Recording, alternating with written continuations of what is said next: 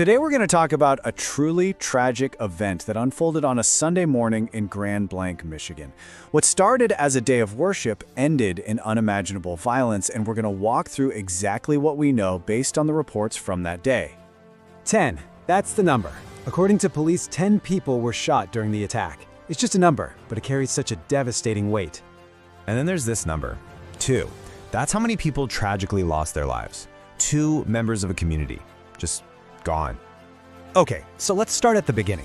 We're going to piece together the timeline and the core facts of what happened to try and understand how a quiet Sunday service just completely descended into chaos.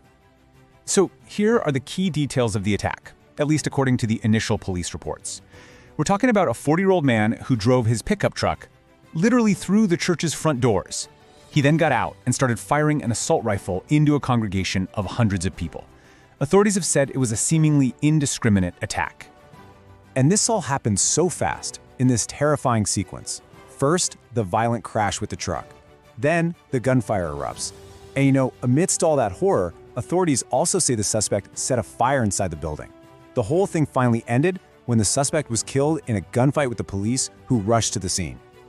Now, to really get a sense of the terror in those moments, you have to go beyond the official reports. We actually have an eyewitness account from a Sunday school teacher named Paula, who was right there inside when it all began.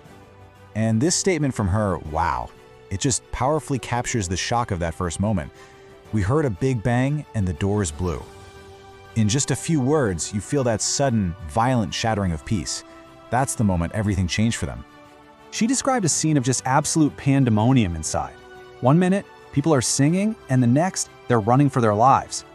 In all the confusion, Paula says she never even saw the shooter. And she pointed out a really key detail. The church didn't have any security on site.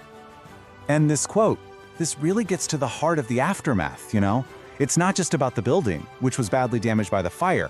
It's about that loss of community, the loss of friends, and this deep, personal wound inflicted on a place she had called home for 38 years. So, from that very personal grief, let's now turn to the official responses.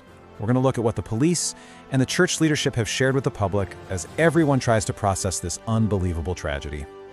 The main source of information for the investigation, of course, has been the Grand Blanc police chief, William Renier. He held a news conference to share what they knew so far.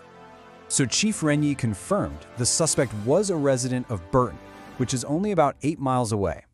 He also shared the very sobering news that at least 2 of the injured were in critical condition. And importantly, he mentioned that because of the state of the scene, they believed it was possible that more victims could still be found. The Church of Jesus Christ of Latter-day Saints also issued a formal statement through their spokesperson, a man named Doug Anderson, to acknowledge the attack. Their statement was very direct, confirming the core facts, a tragic act of violence, at their chapel during a service.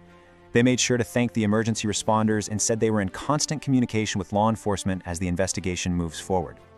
This all brings us to the final and maybe the most difficult part of this story.